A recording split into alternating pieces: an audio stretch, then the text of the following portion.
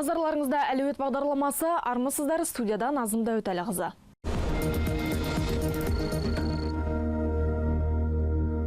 Халық банкінің кірісі 60%-ға өсіп, 1 триллион 14,377 миллиард теңгеге жетті. Бұл туралы ЛС порталы хабарлап отыр. Банк есебі бойынша таза табыс 72,4 миллиард теңге деңгейінде болды. 2004 жылдың басынан актив 12,1%-ға өсіп, 2,809 триллион теңгені құрады.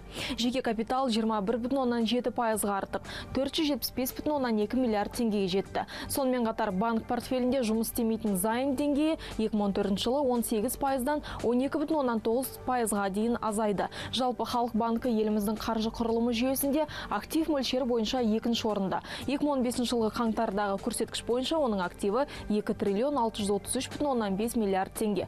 Бұған дейін Қазақстанның банк жүйесі 2014 жылы өсім көрсеткен еді. Ұлттық банктың мәліметі бойынша 2015 жылдың 1-ші қаңтарында 38 банк активтері 15 триллион 461,7 миллиард теңгеден 18 триллион 239,2 миллиард теңгеге дейін артты.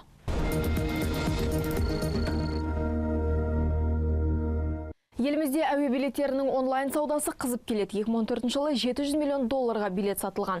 Қазіргі кезде әуе билеттерінің онлайн саудасы елдің интернет коммерциясының 16%-ын құрайды. Авиата KZ сараптамалық орталығы бұл көрсеткіш алдағы уақытта 2-3 есеге өсетініне сенімді. Бұл туралы Капитал KZ хабарлап отыр. Соңғы 8 жылда жолаушылар легі 2 есеге өсіп, 2014 жылы алғаш рет 5 миллионнан асты. Ал сатылған билеттердің жалпы құны 700 миллион доллар. Бұл 2013 пен салыстырғанда 10-12%-ға көп. Жолаушылар тасымалында 56%-бен Air Астанаға жетер әуе компания жоқ. Екінші орында Скат 11-12%, сосын 8%-бен Бек Air орналасқан. Бұл ең қарқынды өсіп келе жатқан нарық қатысушысы. Ал шетел тасымалдаушыларының ішінде Трансайр мен Аэрофлот 5-4%-бен көш басында отыр. Одан кейін түрік әуе желілері белсенді.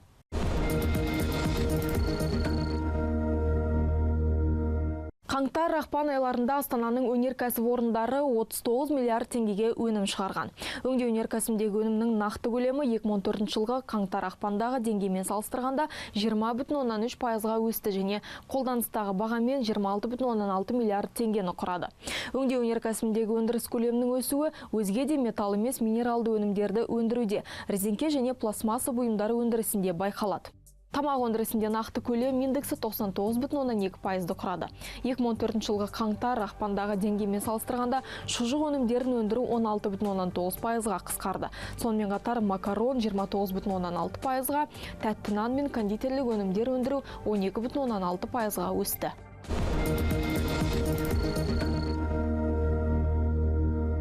Монголия еліміздің машина жасау саласының өнімдеріне қызығушылық танытуда. Казнекс Инвест Улан-Баторда Қазақстан Селс Инжиниринг пен Қазтехмаш тауарлары мен қызметтеріне таныстырылымын өткізді.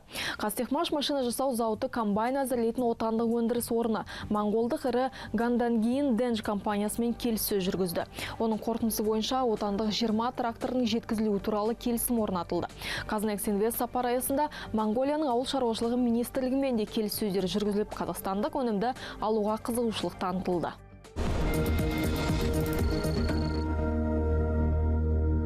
Елімізде атақты автобрендтерінің саудасы бойынша Hyundai маркасы бірінші орында алып тұр.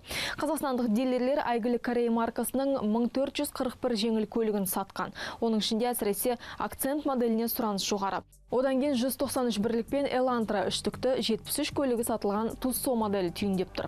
Ал 1 сәуірден бастап Астана Моторс қазақстандық өнімді сатып алушылар үшін несиелеу бағдарламасына 4% мөлшерлемемен қатысты. Бүгінде бұл компания нарықта елімізде құрастырылатын Hyundai'дың 3 моделін ұсынады. Бұл Элантра, Туссо кроссовері және Hatchback i30. Ал жазда бұл тізімге Hyundai Santa Fe, Grandeur және Genesis қосылады. Сонымен қатар, дилер автопарк жаңартатын субсидия бағдарламасына да 4% мөлшерлемемен қатыспақ. Hyundai Трансавто машина құрастыру зауыты Алматы қаласында орналасқан.